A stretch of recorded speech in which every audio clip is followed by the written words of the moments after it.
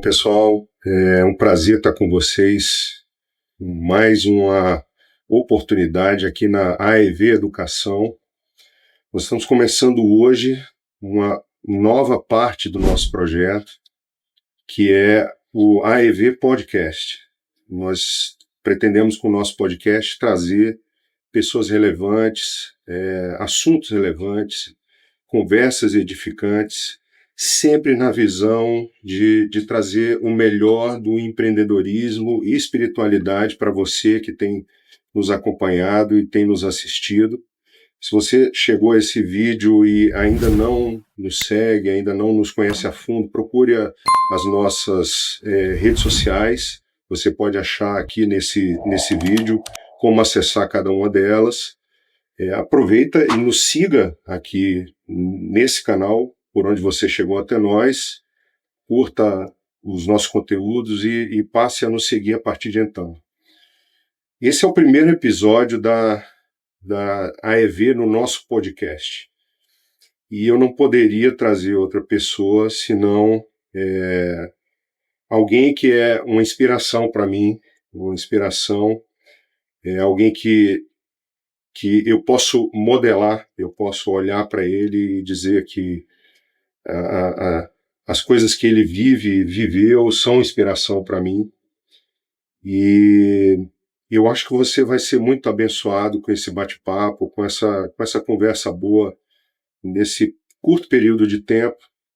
Eu quero apresentar o nosso primeiro entrevistado. Ele é zootecnista, ele é quase um pastor, posso dizer assim. Eu o conheci a primeira vez falando, numa igreja. A primeira vez que eu vi o meu amigo foi através de uma pregação, e aquilo foi muito impactante para mim.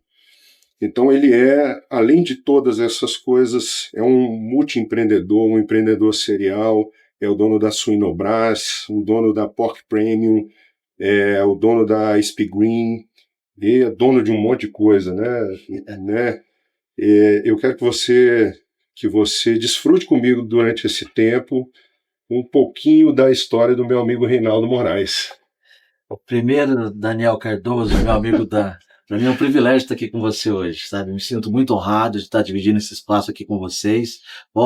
E mais do que o Daniel falou, eu recomendo que vocês sigam o Daniel, sigam este canal, porque ele sim é uma inspiração. Ele é um homem acima do seu tempo, e eu tenho certeza que a partir de agora vocês vão ter conteúdos exclusivos e muito relevantes que vai acrescentar na sua vida, na sua família, no seu negócio, e tenho certeza que a partir desse ambiente muitas vidas serão transformadas por esse espaço que você está abrindo. Tenho certeza disso. Uau! Agora sim, se você não seguir, se você não fizer o que ele está falando, eu já não sei o que te convence. Então, amigo, é um prazer ter você aqui, de verdade, sem qualquer demagogia. Você é o arquétipo do que nós queremos criar através da AEV Educação.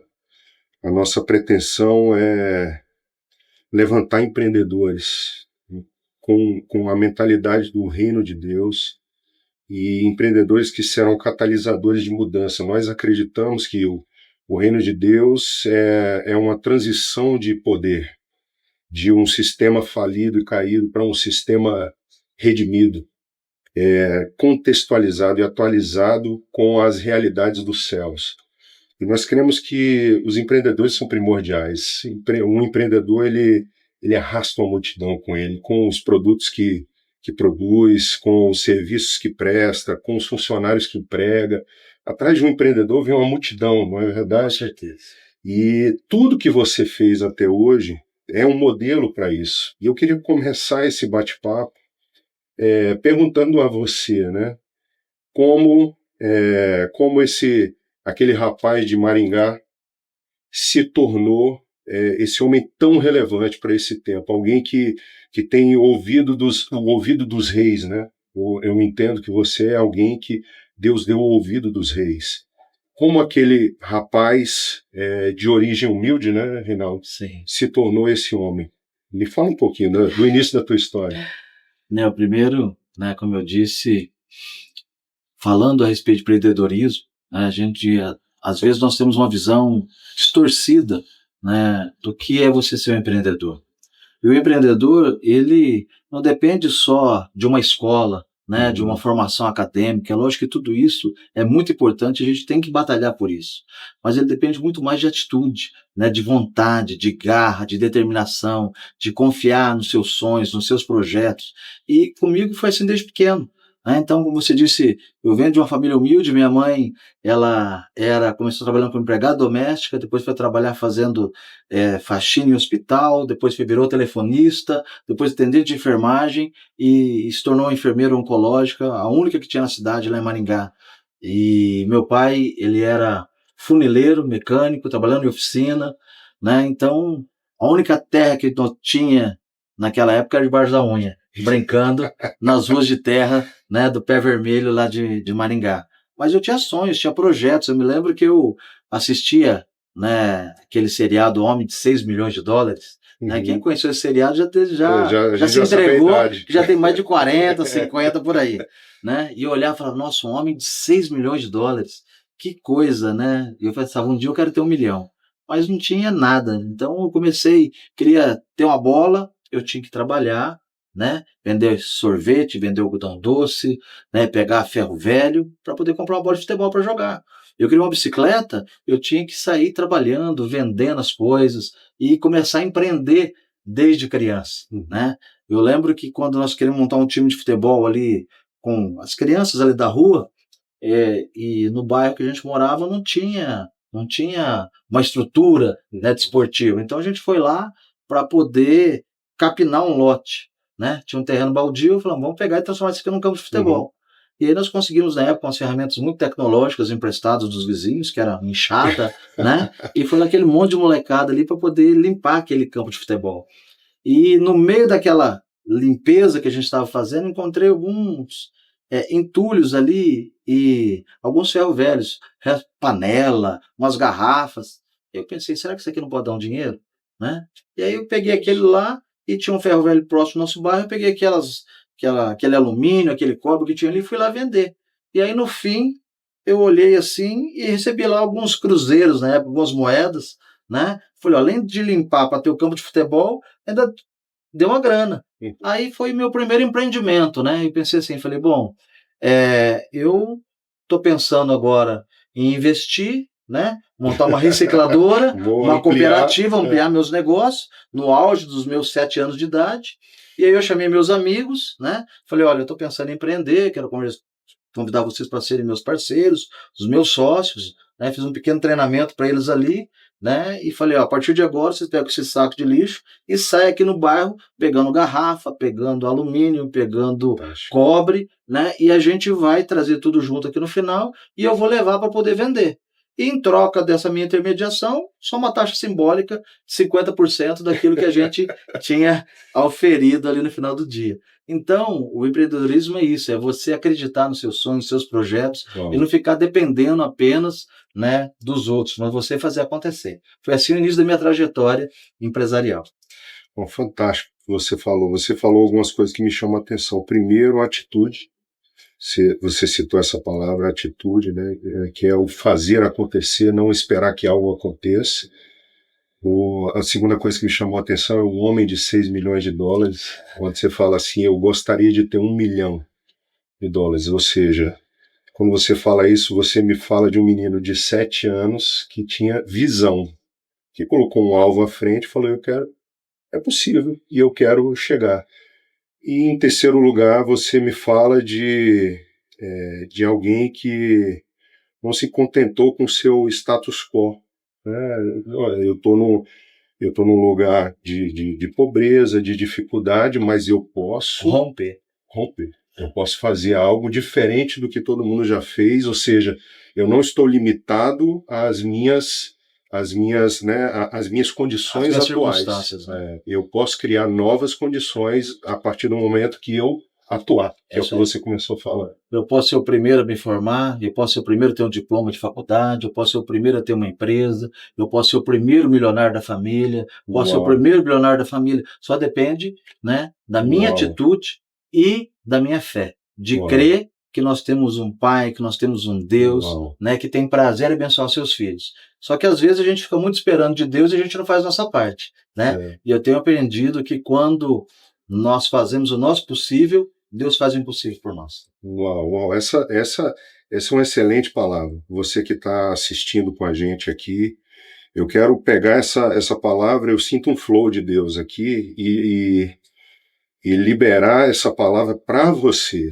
Você vai ser o primeiro. Se ninguém fez no seu bairro, você será o primeiro. Se ninguém fez na sua família, você será o primeiro. Se foi impossível até agora, você é o primeiro a dizer que isso é possível. Então, com base nessa palavra lançada pelo Reinaldo, eu quero lançá-la para você que está assistindo a gente aqui. Você será o primeiro a romper com aquilo que foi uma limitação grande até hoje. Você é capaz, você, como disse o Reinaldo, você é filho de Deus, portanto você tem tudo que você precisa para fazer a sua história ser uma história de sucesso. Bom, Reinaldo, muito bom conhecer o Reinaldo dos 7 anos. Mas como é que esse Reinaldinho chegou na zootecnia? Como é que foi essa história? Eu vou te perguntar um monte de coisa ainda, mas eu estou curioso com esse crescimento, né? Esse crescimento seu. Então, eu comecei a trabalhar com 6 anos de idade. Né? Comecei a trabalhar no supermercado, mercearia do bairro, do meu padrasto. Então, eu estudava pela manhã, ia às 6 horas, falei que eu saía às 6 horas da manhã para estudar, meio-dia hora que eu voltava para casa, à tarde eu ia trabalhar com ele. E a partir dali, eu comecei a ter essa vertente, né, de querer conquistar, de querer fazer as coisas acontecerem. Então, tudo que se apresentavam para mim e falava que tinha oportunidade, né, de você ganhar um dinheiro, de você fazer algo, né, que fosse relevante, eu me aventurava. Né? E a gente não tem essa muita cultura, às vezes, no Brasil. Sim. A gente vê nos filmes norte-americanos, às vezes, os pais lá naquelas mansões e as crianças lá na frente da casa vendendo limonada para os vizinhos, né? E aqui no Brasil, até um tempo atrás, nossa geração, a geração passada, existia isso. Aí depois, por causa dos estatutos da vida, tal, não proibir a criança, né, de trabalho infantil, né? Lógico que ninguém quer trabalho escravo, nem abusar criança, mas dá oportunidade às vezes. Então eu fazia, né, o dinheiro dela e começar a ter uma experiência de empreendedorismo, né? É isso daí. E aí isso daí eu acabei aprendendo na prática, né? Então eu me lembro que quando eu entrei na faculdade, eu estudei minha vida toda em colégio público, escola municipal, escola estadual. Depois eu fui fazer vestibular. Na época eu não tinha condições de estudar fora de Maringá, então o curso que tinha mais próximo daquilo que eu conhecia, né, que era da área de produzir, de cuidar de animais, era zootecnia. Né? E eu nem sabia direito qual era o significado de zootecnia. Depois, durante o curso que eu fui aprendendo, né, que o zootecnista ele cuida do manejo, ele cuida da sanidade, previamente, da nutrição, né, do melhoramento genético. Então ele faz tudo para que o animal seja produtivo e para que ele não adoeça. E o veterinário ele entra basicamente parte nessa área, mas depois clinicando, né? E aí eu me lembro que antes de entrar na faculdade, eu já tinha tido mais de 25 profissões diferentes, né? Desde entregador de floricultura, vender bicho de pelúcia na rua, lavar carro dos vizinhos no final de semana, e assim eu ia me aventurando e ia trabalhando. E na faculdade não foi diferente. Na faculdade, quando eu entrei, a universidade era pública, nós estudávamos, durante o curso era integral, mas nos intervalos entre uma aula e outra, eu sempre arrumava alguma coisa para fazer. Ou era vender um adesivo, que eu mandava fazer, ou era vender camiseta de zootecnia. Eu lembro que no primeiro semestre de aula, entre o primeiro e o segundo semestre, teve uma greve e ficamos lá mais de 40 dias sem aula. Eu tinha recém conseguido comprar um carro, né? E era um Fiat Uno na época, e aí teve esse intervalo da greve e eu fui trabalhar em Curitiba entregando lista telefônica. Olha, né? E fiquei lá durante os 40 dias da greve entregando lista lá no município, pegamos uma cidade inteira, Piraquara. Eu peguei para poder entregar, mais um amigo do meu irmão, e meu irmão nós fomos lá em 3 para poder entregar a lista de casa em casa. Né? Então foi isso, com muito esforço, com muita dedicação, com muita força de vontade e saber que o trabalho, gente, naquela frase, né, o trabalho dignifica o homem. É verdade, não tem trabalho ruim, né? Não tem trabalho que é indigno. Interessa se você está ali coletando lixo na rua, se você está trabalhando num cartório, num escritório, no ar-condicionado ou num hospital, todo trabalho tem sua função e todo trabalho tem a sua recompensa. E o maior segredo que eu vejo com relação a isso é que se nós pensarmos que nós estamos trabalhando para outras pessoas, né, aí você acha que você está sendo muitas vezes subjugado, está sendo explorado, né, mas tem um versículo na Bíblia que diz que tudo que nós vamos fazer, nós temos que fazer como se fosse para o Senhor, né, e tudo que nós vamos fazer, fazer com excelência. E é isso que eu procurei fazer a minha vida toda, né, desde quando eu comecei a trabalhar lá com 6 anos, até quando entrei na faculdade. Mesmo estudando em colégio público, quando eu passei no vestibular, eu passei em primeiro lugar do vestibular, né? Com a nota que eu precisava entrar no curso de zootecnia, precisava em torno de 350 pontos para entrar no vestibular. Eu fiz 1013, né? E passaria em qualquer outro curso da faculdade, direito, administração, odonto, medicina, mas eu sempre gostei de animais. Minha casa parecia um zoológico. Tinha cachorro, gato, galinha, passarinho, coelho, que eu via na rua, eu trazia para dentro de casa. E foi assim que eu iniciei a minha trajetória e acabei me formando em zootecnia. Depois fui fazer mestrado, né, em nutrição, e aí comecei a trabalhar dando assistência técnica em avicultura e suinocultura. Isso já tem 30 anos, estou aqui até hoje. Uau. Esse recortezinho da sua história também me chama muita atenção. Você falou de 25 funções diferentes. Isso aí. Olha só, aqui a gente tem um ensinamento muito grande, né? Todos nós queremos romper e vencer na vida e todos nós procuramos sucesso. Mas o sucesso é uma realidade interior. Você só pode externar aquilo que você tem dentro de você. Então, a minha pergunta para você nesse ensejo aqui é: você tem feito o seu melhor com aquilo que você tem em suas mãos? Isso é o sinônimo de sucesso. Fazer o seu melhor com aquilo que você tem em suas mãos. Às vezes nós achamos que sucesso é ter uma conta bancária abarrotada, sucesso é ter um jato, sucesso é ter um carro esportivo que chama a atenção de todo mundo. Não, sucesso é fazer o seu melhor com as condições que você tem, até que o seu melhor transforme as condições em condições melhores ainda. Então a história do Reinaldo até aqui nos mostra que alguém de sucesso tinha dentro de si o sucesso que nós hoje podemos reconhecer. Então ele entregou jornal, entregou, né, lista telefônica e etc. Trabalhei de babysitter, de empregado doméstico, fazendo faxina. Babysitter. Isso é uma coisa interessante imaginar o Reinaldo cuidando de babysitter. Mas olha só, é uma lição para nós. Espero que você guarde isso no seu coração. Nós vivemos um tempo onde as pessoas são rígidas demais, né? Onde a gente tem pensamentos endurecidos, e se não for do jeito que eu não quero mais brincar. Então, com essa história do Reinaldo, você pode entender que muitas vezes o sucesso é construído com muito esforço. Nem sempre são 2 cliques. O sucesso não vem do arrasta para cima, né? É 99% de transpiração e 1% de inspiração, né? E a gente vive numa cultura, às vezes, Daniel, que nós somos bombardeados, né? Principalmente a juventude, né? Aquilo de você esperar que os outros façam para você, né? Ou de você olhar uma circunstância e falar assim: coitadinho de mim, meus pais não puderam me dar uma educação, eu não nasci na família certa, eu não nasci no local certo. São as vítimas, eu não tenho, né? No vitimismo, né? E isso a gente tem que romper. Tem que romper com isso, principalmente na nossa mente. A gente crê que todo o potencial que nós precisamos para nós atingirmos aquele objetivo, aquele sonho que nós tínhamos de criança, está dentro de nós. Deus já colocou, o nosso Deus é um Deus criativo. Ele criou os céus e a terra, Ele criou todas as coisas. E Ele colocou esse poder da criação dentro de nós, porque Ele disse que nos fez a sua imagem e semelhança. Então o DNA de Deus está dentro da gente. Então todo o potencial que nós precisamos, nós já temos. Nós só precisamos trazer ele para fora, né? Fantástico. Vocês que acompanham as lives que nós temos feito, os vídeos que nós temos gravado na AEV, vocês vão lembrar que eu sempre falo sobre o paradigma do Éden. Né? No Éden, Deus cria o homem, põe o homem no centro do jardim e diz ao homem que ele Cultive e guarde o jardim. Toda a programação do jardim, Deus colocou dentro do homem.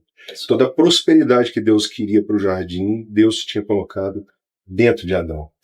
Toda a prosperidade que Deus tinha para os lugares por onde você passou, as empresas que você criou, sempre estiveram dentro de você. Sempre estiveram dentro. É isso aí. Numa das vezes que eu fui a Israel, eu tive lá com um rabino e com um guia, e ele me deu uma versão bacana a respeito da situação da criação de Deus, Daniel. Ele diz que lá na raiz do hebraico, e o sentido que tinha lá no original, é que nós falamos que Deus trabalhou 6 dias e no 7º dia ele descansou.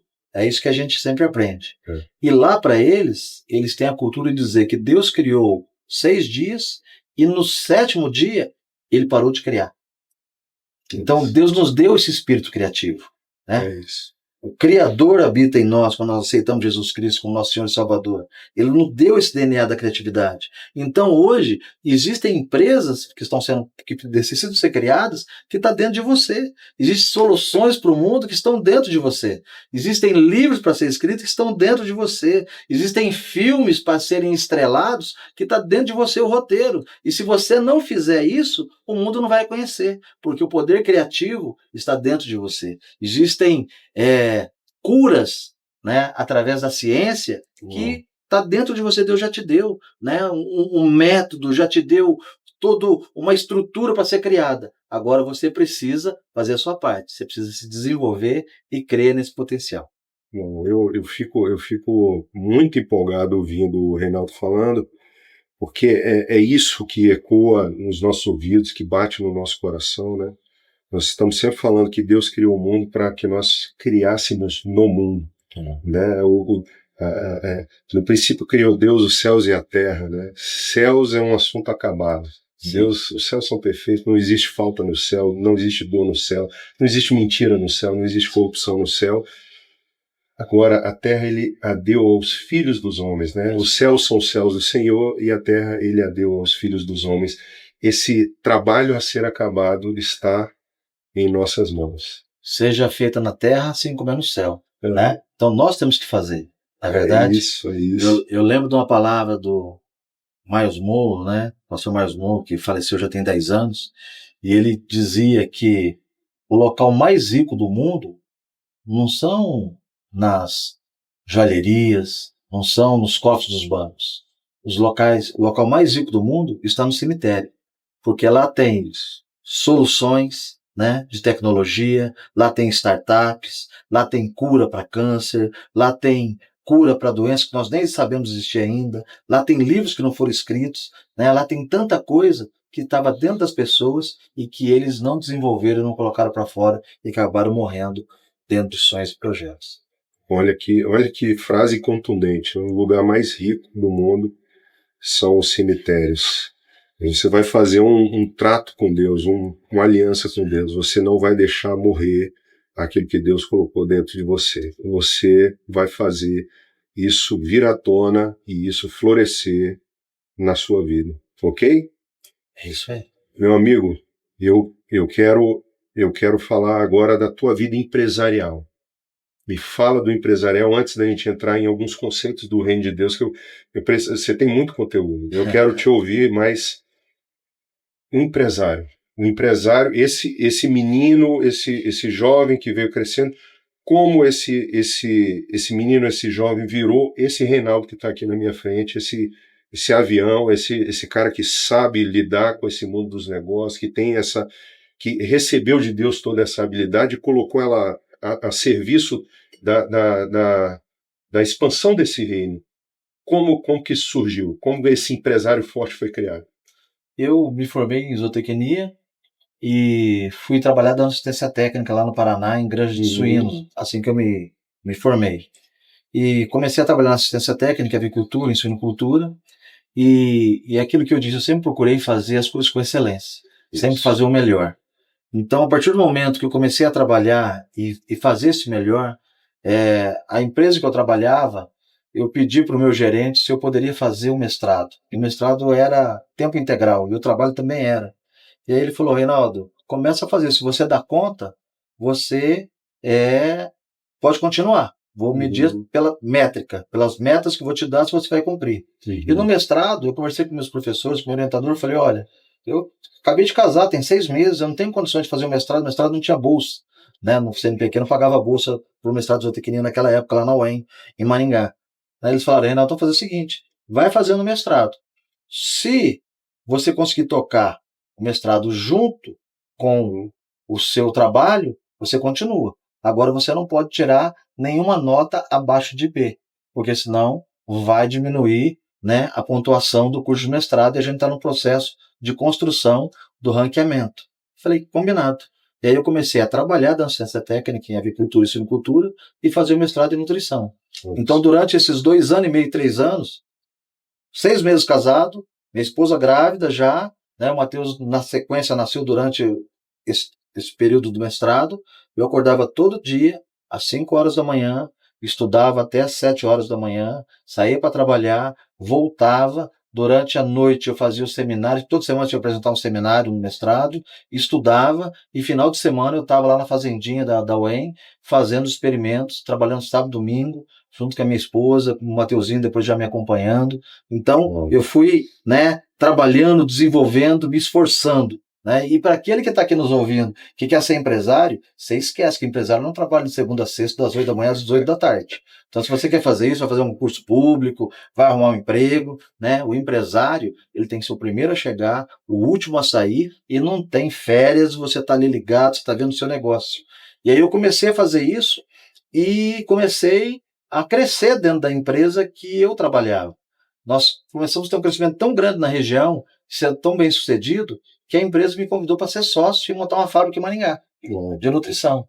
E com 3 anos eu já era sócio da empresa e já comecei ali a trabalhar junto, deixei de ser funcionário, com um sócio, e como eu dava assistência em abatedouros de frango, ali nas integrações do norte do Paraná, eu sempre via muitas coisas que os meus clientes faziam certo e algumas coisas que poderiam ser melhoradas.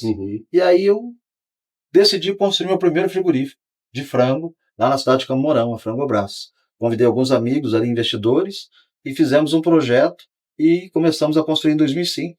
Terminamos a construção do frigorífico em 2008.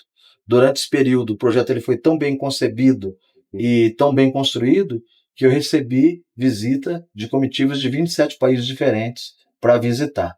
Né? Foi algo assim inovador, com muitas tecnologias, muitos conceitos que não existiam no Brasil ainda e que a gente acabou implantando. E eu fui inaugurar o frigorífico, era a inauguração na sexta-feira.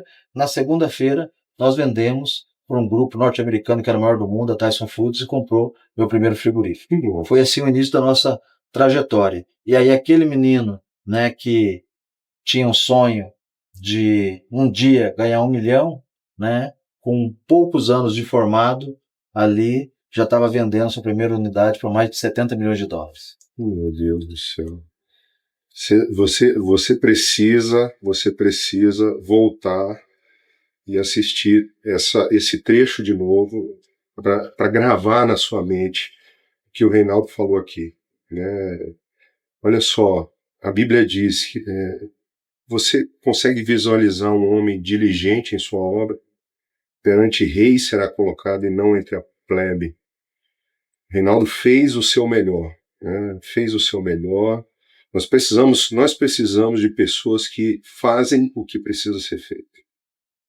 Nós precisamos, nesse tempo, né, Reinaldo, de pessoas que encarem os desafios. Tem gente desmaiando, fala, puxa, eu vou ter que trabalhar e estudar. Amigo, é o que precisa ser feito, faça, dê o seu melhor, encare, faça com todo o coração, semeie, plante para colher mais à frente. Nós somos bons de falar de colheita e muito ruins de falar de semeadura. Então, que esse testemunho aqui seja um exemplo para você. Semeie, faça o seu máximo.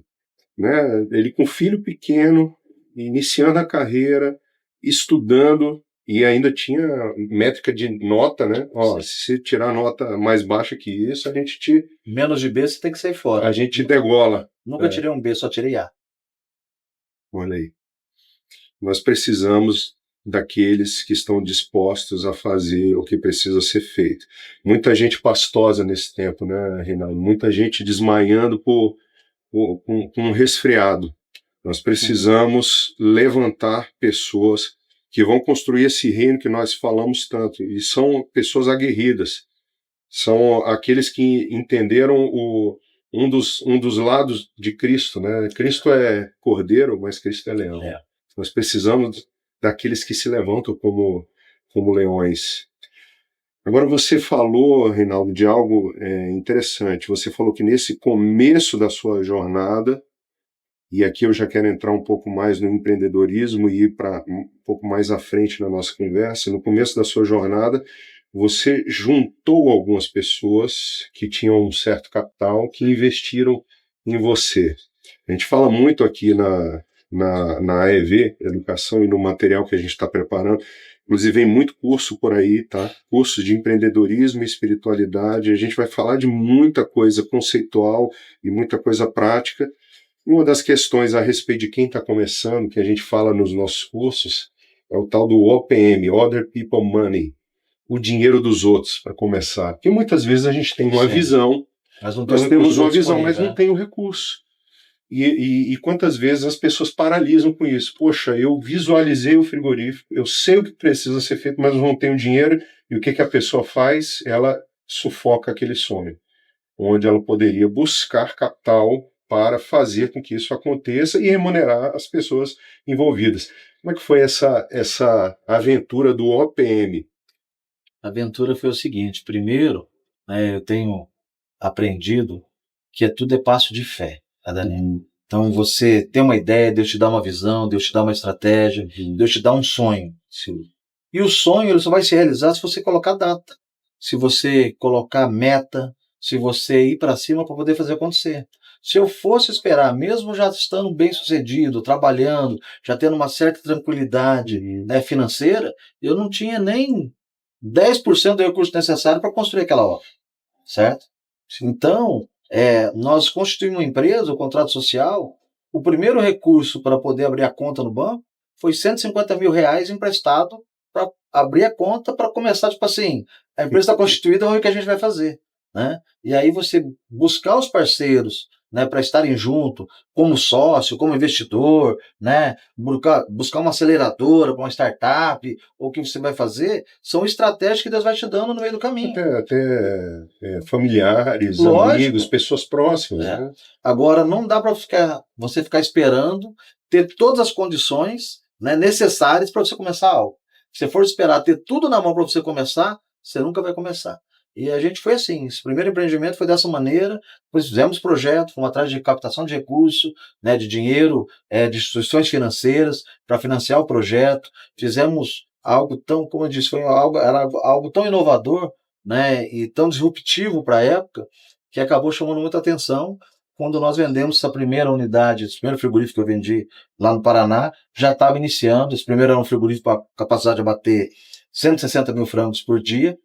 Vendi ele numa semana, na outra já estava começando a construir o outro com capacidade para 420 mil frangos. Né? E foi assim que a gente começou essa jornada na avicultura, com abatedouros de frango. Depois vendi para uma grande empresa multinacional também, e depois, com essa segunda realização, que eu acabei mudando para o Mato Grosso, para um novo projeto, e agora voltando às origens de onde eu tinha começado, que era a suinocultura. Saí do frango e fui para a suinocultura. Voltou para a suinocultura. Fantástico. Você vai me falando, eu vejo exponencialidade no que você fez, né? Você dominou a técnica, você vendeu e na sequência você já estava fazendo mais um e depois outro e seguindo adiante. Isso é maestria, né? Quando você aprende o que você se dispôs a fazer e faz tão bem que você agora isso se torna natural. Fazer e ensinar outros. Vai desenvolvendo as habilidades, né? Todo o potencial que Deus colocou na vida da gente. A gente vai dando vazão àquilo, né? E a gente passa a ser uma fonte, né? Então, quanto mais você desenvolve, quanto mais você faz, quanto mais você se arrisca, você se dedica, mais aquilo vai brotando de dentro de você. Né? Mais conexões, mais contatos, mais estratégias, né? Mais ideias, elas vão surgindo. E vai transbordando. E você então aí nessa jornada se torna esse empreendedor relevante no Brasil, alguém conhecido no Brasil inteiro. e até fora do Brasil, integrando grandes grupos de empresários cristãos, né, como o GKPN, Adonep e outros, e escreve um livro muito relevante, Segredos de Pai para Filho, né, é um best-seller, e se torna uma referência no mundo cristão e fora dele, mas como um empreendedor que empreende com valores. Aí eu quero começar a tocar nesse assunto do reino de Deus, né? Você, sendo este empreendedor, com esse background, como você enxerga o reino de Deus? Como aqueles que estão assistindo podem entender o reino de Deus por meio do Reinaldo? Então, essa, né, condição, né, de empresário, de cristão, e pensando muito no reino, foi uma das situações que me levou a escrever o livro. Porque eu acabava participando de reuniões, acabava participando, né, de jantares, pessoas pediam para a gente estar lá, né, contando um pouco da nossa história, da nossa trajetória, do nosso testemunho, e as pessoas falavam, olha, nossa, você precisa escrever um livro, você precisa trazer esse conhecimento, essa experiência de vida para que outras pessoas possam estar fazendo isso. Eu me lembro que num jantar no Rio de Janeiro, na Convenção Internacional da Adonep, eu estava lá testemunhando e no final o desembargador do Rio de Janeiro, William Douglas, escritor best-seller do Brasil, uma pessoa fantástica, ele acabou e falou, Reinaldo, você tem que escrever, você tem que escrever um livro, não pode deixar essa história restrita para poucas pessoas, né, para incentivar novas pessoas a empreender, para ensinar quais são os princípios e valores que um empresário cristão, né, pode implantar na sua empresa. E aí eu me lembro que ele incentivou, passado algumas semanas ele me ligou e falou, Reinaldo, você vai estar esse final de semana em Cuiabá? Eu falei, vou sim, William, precisei conversar com você. Eu falei, tá bom.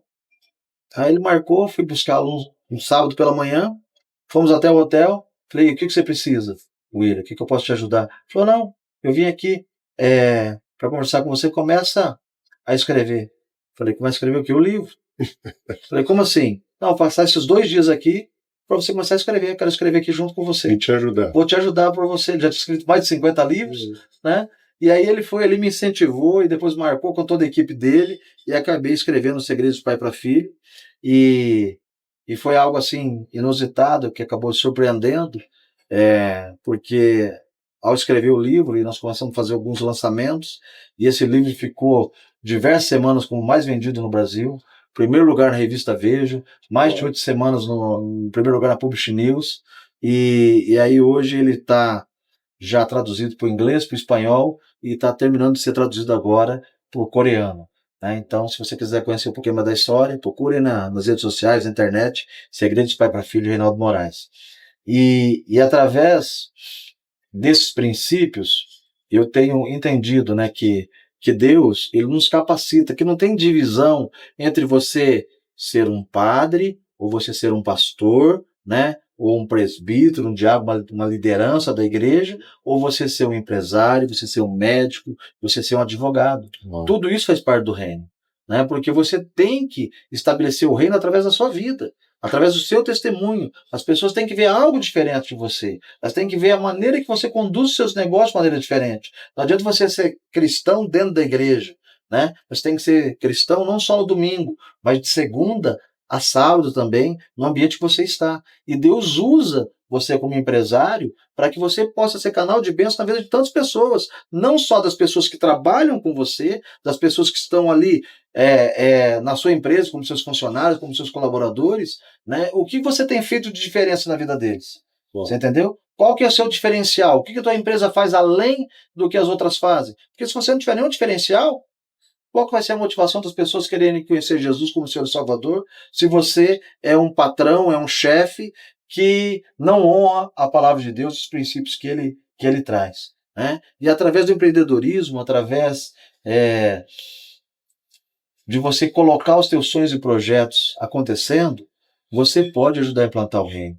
A plantar através das suas finanças, através das suas ideias, através do apoio para outras pessoas que estão começando, né? Através de uma participação de um podcast aqui, de você abrir parte da sua história, de motivar aqueles que estão ouvindo. Então tem muitas maneiras de a gente poder abençoar e implantar o reino através da profissão e das habilidades naturais que Deus colocou dentro de cada um de nós. Não, fantástico. não se esconde a vela sob o velador, né? Mas isso. senão você a expõe sobre o velador para que iluminada, iluminada, ela fica no cume do monte, É né? isso Ela não aí. fica escondida. E o sal não pode ser sal de saleiro, né? É isso aí, Ele tem tem que que ser salgar. sal da terra. Temos que ser luz do mundo. Então, essa sua fala e essa sua contribuição é importantíssima para que a gente entenda assim, o que Paulo fala em Efésios, né? Sobre as boas obras que Deus de antemão preparou para que você andasse nelas. Isso que o Reinaldo está falando é servir a Deus na prática, no dia a dia. Né? Nós não servimos a Deus somente dentro da igreja. Eu não sirvo a Deus somente se eu sou um presbítero, ou se eu fui ungido para alguma coisa dentro do eixo eclesiástico. Mas eu sirvo a Deus com tudo que eu sou e com tudo que eu faço. Então, se você, como você falou, né, se você é um médico, o melhor médico, um médico que as pessoas possam ver as suas boas obras, como Jesus disse em João 3, elas possam ver as suas boas obras e glorificar ao vosso Pai que está nos céus. Existe uma glória a Deus nas obras que você executa com perfeição, nas obras que você faz com amor por Ele primeiro e entregando o seu melhor às pessoas em segundo lugar. Porque tudo que fazemos, você citou agora há pouco, nós fazemos para Ele em primeiro lugar. Isso é que Calvino entendeu há muito tempo, que Santo Agostinho entendeu, né, na sua obra A Cidade de Deus. Calvino entendeu, os reformadores entenderam. Nós fazemos primeiro para Ele. Por isso, se eu vou fazer um relógio, né, na Suíça, eu vou fazer o melhor relógio que eu faço primeiro para Deus. Um bom chocolate vai ser feito na Suíça porque o entendimento era que era primeiro para Deus, e assim segue tudo, né? Mateus 6,33 diz, né? Buscar primeiro o reino de Deus e a sua justiça, e as demais coisas serão acrescentadas. Então, quando a gente busca primeiro o reino de Deus, quando a gente busca primeiro fazer a vontade dele, de nós podermos crer, né, que ele já nos proveu tudo. Eu acho que uma das grandes dificuldades que nós temos, como homens, né, como provedores do lar, né, como empresários ou empreendedores que têm uma responsabilidade, que têm uma folha de pagamento, que têm compromisso para fazer, às vezes com a questão da provisão.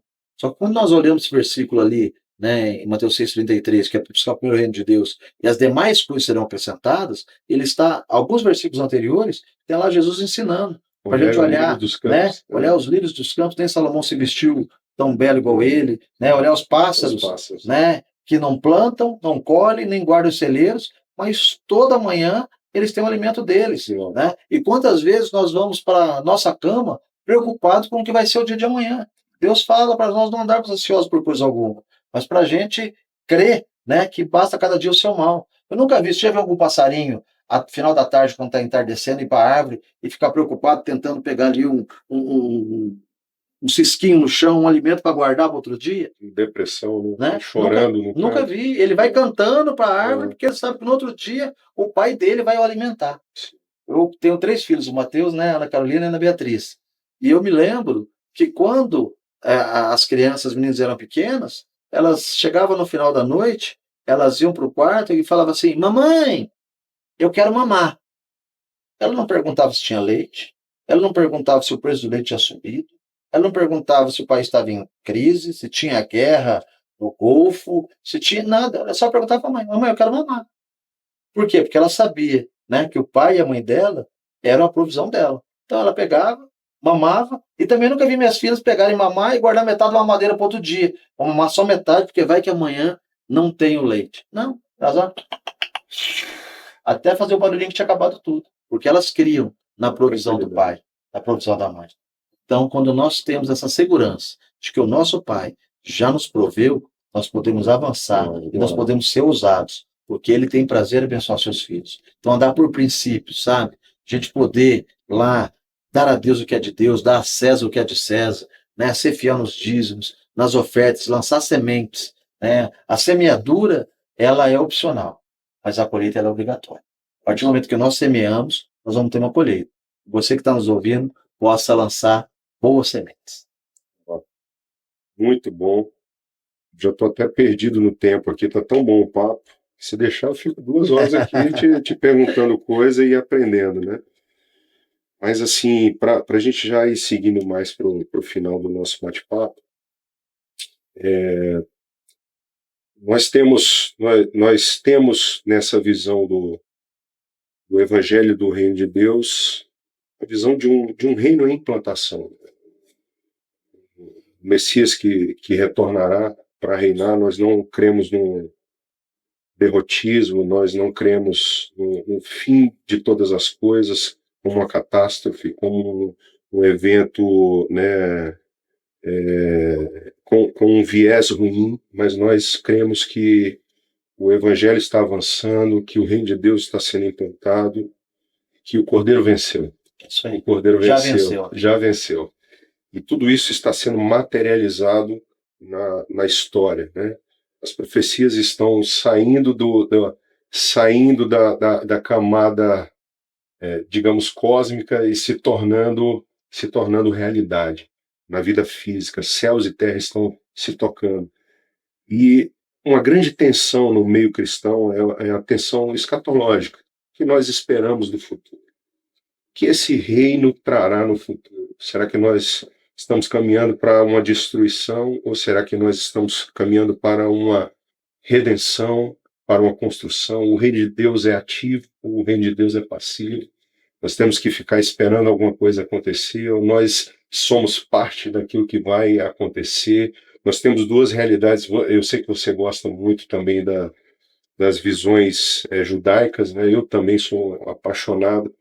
O judeu, ele fala da era presente, Olam Hazé e Olam Rabá, era futura, os poderes do mundo vindouro, né? E como essa transição vai acontecer, né? Nós sabemos que existe mais de Deus para acontecer, e nós somos cooperadores com Deus, né, em tudo isso que vai acontecer. Mas nem todo mundo tem essa visão. Muita gente pensa que a coisa vai dar ruim, precisa dar ruim para grande parte do que existe ser destruído e se começar uma nova história em outro lugar.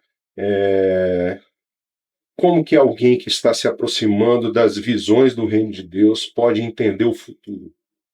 Eu acredito que a própria cultura brasileira, né, a gente sempre foi muito bombardeado por uma noção de que nós tínhamos que ter voto de pobreza, que nós devíamos sofrer nessa terra, padecer, né? Mas eu penso diferente. Deus fala na palavra dele, né, que nós vamos viver de glória em glória, de vitória em vitória. Uau, Eu quero crer que a cada etapa nós vamos avançar, né? uau, Agora, isso não quer dizer que no meio do caminho nós não teremos aflições, né? sim, Tende bom ânimo, Jesus fala, né? sim, Tereis aflições, mas eu venci o mundo. Ele já venceu. Nós também vamos vencer. Se a gente for olhar, Daniel, na vida dos grandes homens, dos grandes personagens bíblicos, né? A gente fala, pô, vamos lá, a vida de José. Pô, José foi lá, foi o governador do Egito. Bacana, né? Foi lá, salvou o pai dele, os irmãos que tinham aprontado com ele, né? Uma seca terrível no mundo todo. Ele, o Egito era a maior economia da época, né? Abastecendo o mundo, porque lá tinha tido um sonho, né? E aí o José interpretou. Mas antes de ele ser governador do Egito, ele foi traído pelos irmãos, ele foi lançado no fundo do poço, ele foi vendido como escravo, ele foi caluniado, ele foi esquecido na prisão, foi preso. Então ele teve toda uma jornada. Agora, essa jornada, quando nós estamos crendo nos sonhos e projetos que Deus colocou na nossa vida, do potencial que Ele já colocou dentro de nós, que nós estamos andando de acordo com o propósito que Ele tem por nós, a palavra de Deus diz que todas as coisas cooperam para o bem daqueles que amam a Deus e andam segundo o seu propósito. Então, se você está empreendendo e deu errado, gente, eu quebrei várias empresas antes de ter começado o meu negócio ser bem sucedido.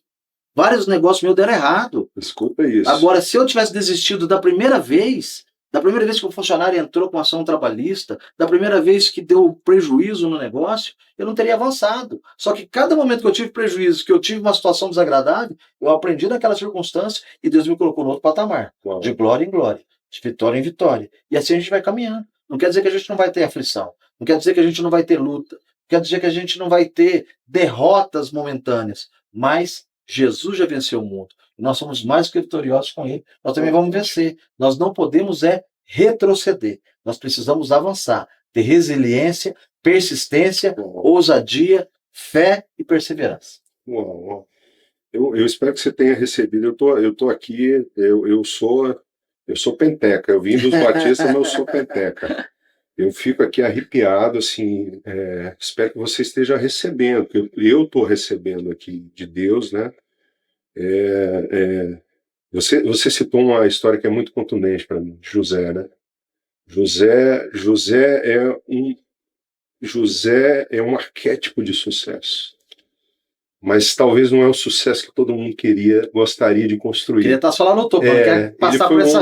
Ele foi o homem mais importante de seu tempo, né? A Bíblia diz que ele foi como um pai para o faraó, que era o homem mais poderoso do mundo. Daniel pela mesma coisa. Você vê Moisés, você vê todo mundo passou por isso. Só que se alguém apresentasse a você, se alguém dissesse a você, vou te tornar o homem mais poderoso do mundo. Mas peraí, primeiro você você vai ser traído, vai apanhar dos irmãos, vai ser tido como morto, vai parar no fundo do poço, vai ser vendido como escravo, vai parar dentro de uma prisão, vai ser caluniado, né? Isso aí. Injustiçado. Talvez na primeira apresentação de dificuldade você mesmo diz, não quero isso não, cara. Não quero isso para mim. Aproveitando que você está falando, duas situações da vida de José. Primeiro, quando ele foi lançado do fundo do poço. Se você que está aí nos ouvindo, se você pensa que está no fundo do poço, talvez você esteja no lugar certo. Porque no fundo do poço, você não consegue olhar para baixo, consegue olhar para o lado. Só pode olhar para cima. Uau. Só tem uma saída. E olhar para cima, olhar para Deus, olhar para Jesus. Essa é a saída. Foi isso que José fez. E outra coisa, nós estamos falando aqui de fazer as coisas com excelência. José foi preso e vendido como escravo. Quando ele estava como escravo, ele foi excelente escravo, a ponto de Potifar colocar sua casa toda para ele administrar. Fez o seu melhor, fez o seu melhor, com as condições que ele com excelência, com aquilo que estava na mão dele. Aí ele foi injustiçado, porque a mulher de Potifar quis agarrar ele e ele, pelo assédio, vazou. Foi preso. O que aconteceu na cadeia? Fez o melhor. Fez tão bem o que ele fazia que deram a cadeia para ele administrar. Né? Então ele foi sendo treinado no caminho, fazendo o melhor e querendo as promessas de Deus. E a cadeia foi um grande atalho para o palácio. Né? É isso daí. A cadeia levou ele para o palácio. Mas muitas vezes, se Deus chegasse para você e falasse assim, eu tenho uma promoção para você. Né? Você falou, manda. Você vai ser preso. Você correria. Então, assim, eu até falei na última live que nós fizemos, Deus manda alguns presentes com uns embrulhos muito estranhos. E aproveitar as conexões, né? Se ele não tivesse ali na cadeia, conhecido o copeiro, o padeiro, e se ele não tivesse servido eles pelo dom que Deus já tinha colocado dentro deles, né? Ele não teria sido lembrado depois quando o faraó teve o sonho. Sim, bom insight, aproveitar as conexões. Aí eu lembro do que José fala lá no finalmente, né? O mal que vocês intentaram contra mim, Deus o transformou em bem. Você falou que todas as coisas estão cooperando conjuntamente para o bem daqueles que amam a Deus, para o bem daqueles que foram chamados segundo o seu divino propósito. Meu amigo, é muito relevante tudo isso que você tem trazido aqui para nós. Eu quero fazer mais uma pergunta para você. Eu, assim, como eu te disse, eu gostaria de ficar 5 horas aqui com você, mas eu não posso fazer isso com você.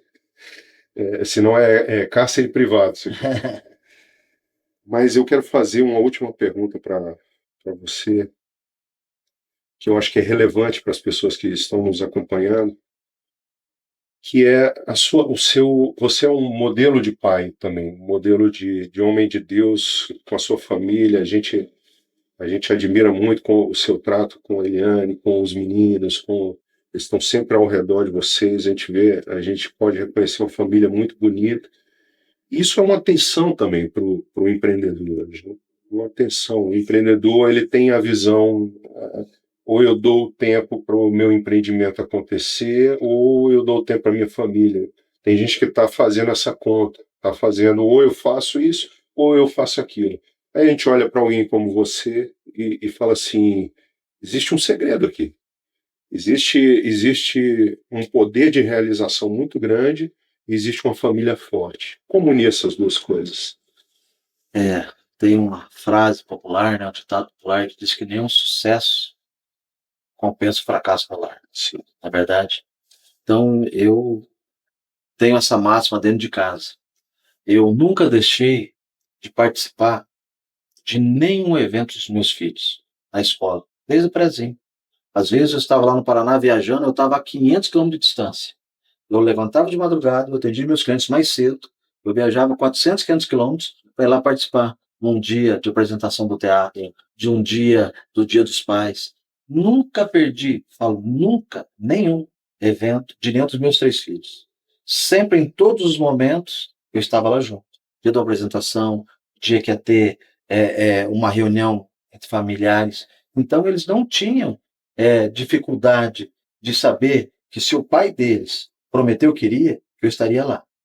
E eu fico pensando isso, remetendo isso para Deus, né? Eu fico imaginando, já pensou se algum dia eu falasse ali para o Mateus, filho, eu espero, papai, que eu vou voltar hoje, na hora do almoço, à tarde a gente vai jogar bola e vamos tomar sorvete. E aí eu vou fazer minha correria, vou na empresa, cuidar das coisas, e eu chego na hora do almoço em casa e o Mateus não está lá. Eu perguntava, mas cadê o Mateus? Aí ele saiu, foi na casa de um amigo. Mas por que ele não esperou? Ah, ele achou que você não viesse, né? Então, e Muito Deus? forte. Deus tem as promessas dele para a nossa vida. Deus tem a palavra dele com promessas. Eu acho que o que mais magoa o coração de Deus não é o pecado. O pecado a gente peca, a gente, sabe, aqui eu não estou defendendo pecar, não. Né? Mas se a gente pecar, a gente se arrepender, Deus nos perdoa, purifica pelo sangue de Jesus. Mas o que eu acho que mais magoa o coração de Deus é ele ter as promessas para nós, deixar a palavra dele, a Bíblia, e de repente a gente vê lá que Deus diz que vai nos colocar por cabeça e não por cauda, que nós vamos ser bem-sucedido no campo e na cidade, e de repente a gente passando por uma dificuldade e a gente desespera. A gente acha que não vai ter a vitória, porque nós não confiamos nas promessas de Deus. Então, eu acho que esse elo construído desde pequeno com eles, né, de estar presente. Eu posso estar numa reunião das mais importantes. Se tocar o telefone da minha família, eu paro e eu atendo. E as minhas filhas falam assim, elas me ligam, primeiro eu mando mensagem, se eu não vejo, elas me ligam. Papai, você pode falar? Eu respondo para elas, filha, com você eu posso falar sempre. Essa é a minha frase, né? Então a gente procura cultivar isso. Procura, sabe, criar esses laços afetivos com a minha esposa, né, de a gente orar juntos todos os dias, todas as madrugadas, fazer campanha de oração junto, de jejum, de propósito, de sentar ao redor da mesa, de compartilhar. Lembro quando as crianças eram pequenas, a minha esposa, toda sexta-feira à tarde, porque eu viajava a semana toda, chegava no final de semana em casa. Geralmente chegava na sexta-feira à tarde. E aí, toda sexta-feira à tardezinha, ela comprava um bolo e a gente fazia uma cesta especial com os nossos filhos. Fazia a comida que eles gostavam, um bolo como se fosse um bolo de aniversário, e a gente orava e abençoava eles, profetizava sobre a vida deles. Então a gente sempre teve muito unido como família. Até hoje é desse jeito. A gente não consegue ficar muito tempo longe, né? Então até agora eu e minha esposa estão completando 30 anos de casado, né? E ela falou, ó, presente nosso, a gente ia organizar uma festa, mas não, nós queremos, vamos viajar. Então vocês compram aí para onde vocês querem mandar a gente. Primeira pergunta que eles fizeram, é aniversário de 30 anos de casamento de vocês, mas nós podemos ir juntos? Você entendeu? Então, Queremos estar perto. então é isso, é você se dedicar, fazer suas obrigações. Se for preciso, acorde mais cedo, vai dormir mais tarde. Mas não deixe de estar junto com a sua família, não deixe de cumprir o que você prometeu e gaste tempo. Uau, muito contundente. Isso eu confesso que eu me emociono, né, com isso. Porque eu entendo que esse é o grande legado. A empresa passa, tudo, mas sim, o que nós vamos deixar nos nossos filhos, na nossa família. Isso é o que vai reverberar para a eternidade de fato. É isso aí.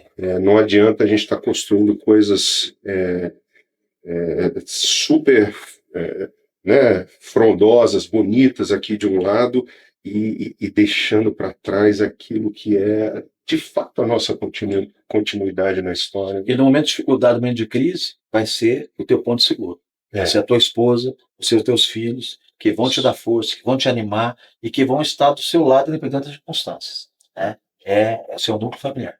Uau, uau. Amigo, eu quero fazer 2 perguntinhas rápidas para encerrar. A primeira é conectada à segunda. A primeira é: qual é o seu maior arrependimento como empreendedor? Se eu olhar assim, cara, esse é o meu. Se eu pudesse, eu teria feito diferente. Qual seria o seu maior arrependimento? eu sempre fui muito ousado, né? Desde criança. Então, vamos fazer, vamos e vamos para cima. E aprendi, né, desde com 12 anos, quando aceitei Jesus como Senhor e Salvador da minha vida, aprendi que eu tenho um pai e que ele cuida de mim. Então isso sempre me levou muito para frente, sabe? Vamos fazer as coisas, às vezes não fazia muito planejamento e vamos para cima e fazer acontecer. Isso é muito bom, né? Você ter esse entusiasmo, essa força, né? Essa fé, essa ousadia. Só que às vezes eu acreditava que isso era o suficiente. E Deus fala para a gente ser astuto como a serpente e simples como a pomba. Nós falamos de José e tiveram 7 anos de vacas gordas e 7 anos de vacas magras. E para mim, durante muito tempo, eu pensava que economizar, poupar, você ter alguma reserva era falta de fé. Então, em momentos de crise, eu deveria ter um lastro, eu teria que ter um caixa da empresa mais forte do que ser tão ousado, investindo e gastando e aplicando dinheiro, achando que estava tudo certo. De repente pode acontecer uma pandemia, de repente pode acontecer uma crise financeira, pode acontecer uma guerra e afetar o seu negócio.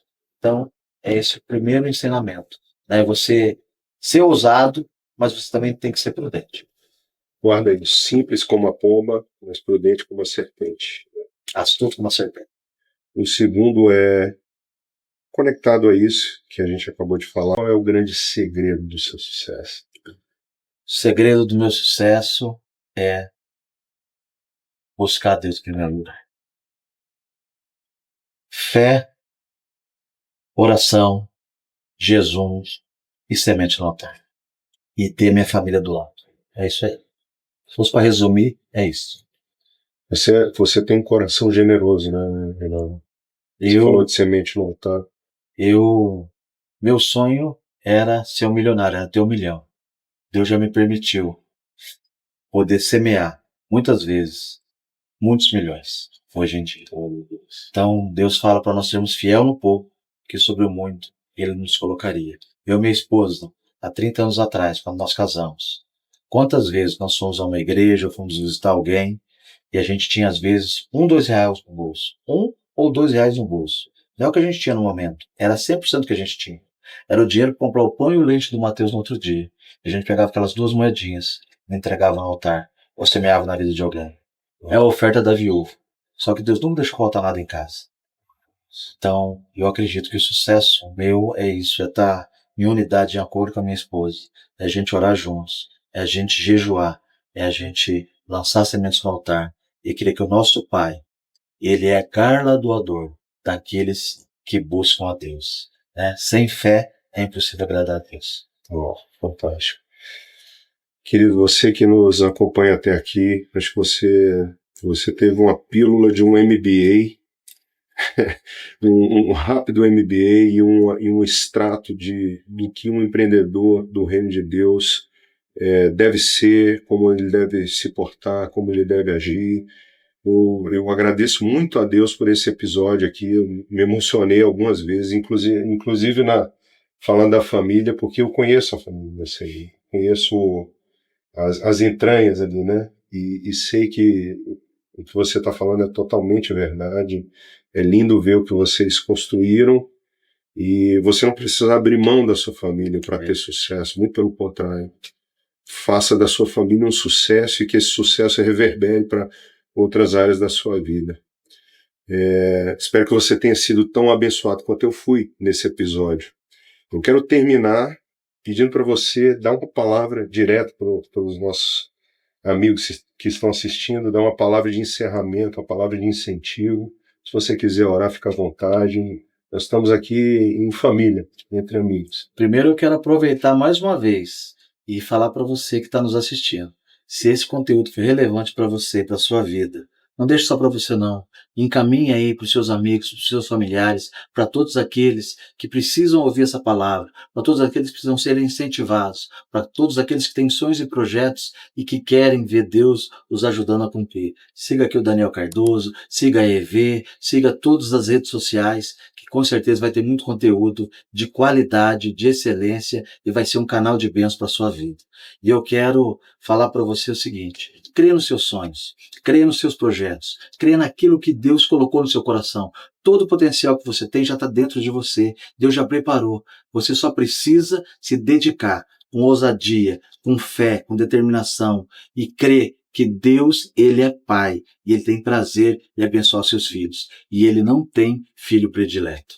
O que Deus faz é acepção de atitudes e não acepção de pessoas. Se aproxima dele, ele fala: se me buscar, você vai me encontrar. Se bater, eu vou abrir. Então faça isso. Abra o seu coração. E eu queria terminar com, já que você me deu a oportunidade, por favor, de fazer uma oração. Pai, em nome de Jesus, eu quero pedir a bênção do Senhor sobre a vida de cada um daqueles que estão nos ouvindo, de cada um daqueles, Pai Santo, que estão tendo acesso a essa palavra, esse podcast, a esse material preparado para o Senhor, meu Deus, que vai abençoar vidas. Então eu quero abençoar a vida deles com toda sorte de bênção, assim como o Senhor fez na minha vida, assim como o Senhor tem feito na minha casa, tem feito na vida do Daniel, da Flávia e das crianças. Que o Senhor possa fazer na vida de todos aqueles que nos ouvem e que o Senhor possa dar a eles um novo testemunho, que eles tenham vitórias para contar e que eles não desistam dos seus sonhos e projetos, mas que eles possam permanecer até o fim, em nome de Jesus. Deus te abençoe. Amém, amém.